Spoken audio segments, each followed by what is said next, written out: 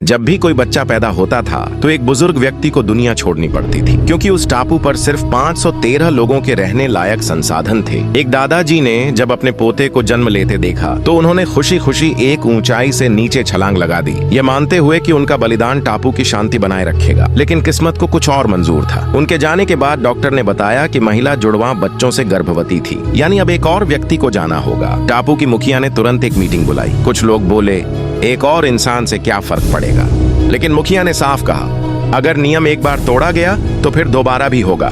इसलिए तय हुआ कि वोटिंग होगी और सब मिलकर फैसला करेंगे कि किसे टापू छोड़ना होगा। अब नया नियम आया, हर इंसान को उनके अच्छे बुरे कामों के हिसाब से अंक मिलेंगे। अच्छे काम करने से अंक बढ़ेंगे, बुरे कामों से घटेंगे। जिसके सबसे कम अंक होंगे उसे बाहर भेजा जाएगा। जब ये खबर फैली, एक लड़का टीवी देख रहा था। उसने देखा कि उसका नाम नीचे से तीसरे नंबर पर है। डर के मारे वह उठ बैठा। चुने गए लोगों को टापू से दूर नाव में बैठाकर भेजा जाता था, लेकिन उसके पास बैठा उसका दोस्त जैस बोला, चिंता मत कर, मेरी माँ टापू की मुखिया है, वो कुछ ना कुछ उपाय करेंगी। अगले दिन उसकी माँ ने तरीका निकाला। उस लड़के ने किसी से सेब बांटा और उसे 10 अंक मिल गए। इससे उसकी रैंक एक स्थान ऊपर हो गई। फिर आया वोटिंग का दिन।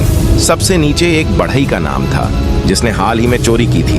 200 से ज्यादा लोगों ने उसे टापू छोड़ने के लिए वोट किया, लेकिन तभी उसकी पत्नी खड़ी हो गई और एक बड़ा राज सबके सामने रखा। उसने कहा, जैस ने अपनी ताकत का गलत इस्तेमाल किया।